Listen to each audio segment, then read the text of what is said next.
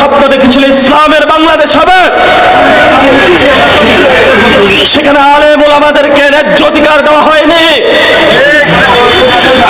যেই খালেদা জিয়া বলেছিল ওদের হাতে গোলামের জঞ্জির, আমাদের হাতে স্বাধীনতার পতাকা, আর আমরা এখন সেই বেগম খালেদা জিয়ার ছেলের হাতে ভারতের আরএসএস এর পতাকা দেখতে পাচ্ছি।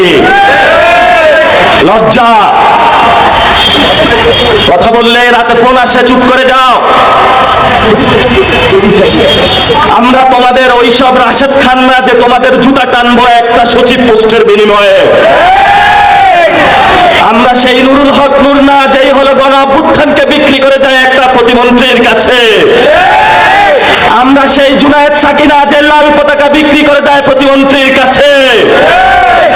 আমরা হলাম শহীদ ওসমান হাদির উত্তরসূরি, যারা জান দিবে জুলাই দিবে না বাংলাদেশে। ইনকিলাব ইনকিলাব। আমরা অনেক আশা ভরসা নিয়ে দাঁড়িয়েছি। আমরা বলেছি বাংলাদেশে 1400 লোকের জীবন নিয়ে গিয়েছে যে দল, সন্ত্রাসী খুনি আওয়ামী লীগ, শেখ হাসিনা, তাদের বাংলাদেশে বিচার হবে। ওবায়দুল কাদের বলেছিল শেখ হাসিনা সরকারের পতন হলে 5 লাখ লোকের হলো কল্লা চলে যাবে। আমরা বলেছি আমরা বিচার বিভাগে বিশ্বাসী। আমরা বিচারালয়ে যা বলে বিচার বিভাগ বাংলাদেশে প্রতিষ্ঠা করতে চাই, যাতে আমাদের আর কোনো আবু সাঈদের মতন কেউ শহীদ না হতে হয়, আর কোনো মায়ের বুক খালি হতে না হয়, আর কোনো আলেম ওলামার রক্তরঞ্জিত বাংলাদেশ না হতে হয়। সেইখানে এই সরকার এসে বিচার বিভাগের উপরে বৃদ্ধাঙ্গুলি দেখে টাকা পয়সা নিয়ে মামলা বাণিজ্য করে আওয়ামী লীগের সকল খুনিদেরকে থানা থেকে বের করে দিয়েছে। লজ্জা তোমাদের জন্য। তোমরা এত পচে গেছ, এখন কথা বললেই এগুলা থেকে দুর্গন্ধ ছড়ায়। এগুলা নিয়ে আর কথা বলে লাভ নাই। আমরা এখন কি করব সেই বিষয়ে আমি কয়েকটা কথা বলে শেষ করব।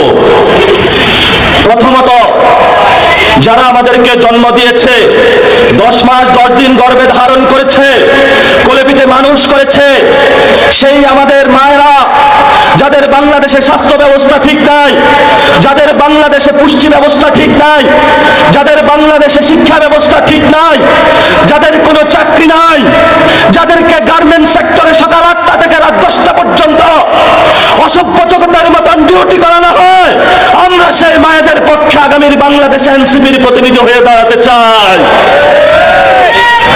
যারা আমাদেরকে জন্ম দিয়েছে তাদের নেতৃত্বে আগামীর বাংলাদেশ গঠন করতে চাই। নির্বাচন আসলেই মাথায় টুপি দিয়ে কেউ মরে গেলে আলেমদের কাছে উপস্থিত হও, যে হুজুর আসেন জানাজার নামাজটা পড়িয়ে দিয়ে যান। আবার যখন মাঠে যান সেখানে হলো হুজুরদের ন্যায্য হিস্সা বুঝে দেন না। আমরা এনসিপি বাংলাদেশের যারা ইসলাম ধর্মাবলম্বী রয়েছে, যারা হিন্দু ধর্মে রয়েছে, যারা খ্রিস্টান ধর্মে রয়েছে, যারা বৌদ্ধ ধর্ম রয়েছে, তাদের সবল অবকাঠামো নির্মাণ, ধর্মীয় স্বাধীনতা নিশ্চিতকরণ, জঙ্গি তকমা রহিতকরণ এবং সকলকে নিয়ে একটি সাম্যের সুন্দর বাংলাদেশ করতে চাই। আমরা কোনো বিভাজন করতে চাই না। কে সুন্নি, কে দেওবন্দি, কেউ জামাতি, কে আলিয়া, কেউ কওমি, আমরা এইসব বিভাজনের রাজনীতিতে নাই। আমাদের কাছে একটাই, সেটা হলো রাসূল সাল্লাল্লাহু আলাইহি ওয়াসাল্লাম এবং আমাদের সৃষ্টিকর্তা আল্লাহ তাআলা। এটাই হলো বাংলাদেশের। আমরা কোনো বিভাজন চাই না। এনসিপি হলো সকল বিভাজনের ঊর্ধ্বে, সকলকে নিয়ে ঐক্যবদ্ধভাবে বাংলাদেশে কাজ করতে চায়। এখানে অনেক তরুণ প্রজন্ম উপস্থিত হয়েছে। বাবা ফোন দেয়, ছেলে তোমার চাকরি হয়েছে?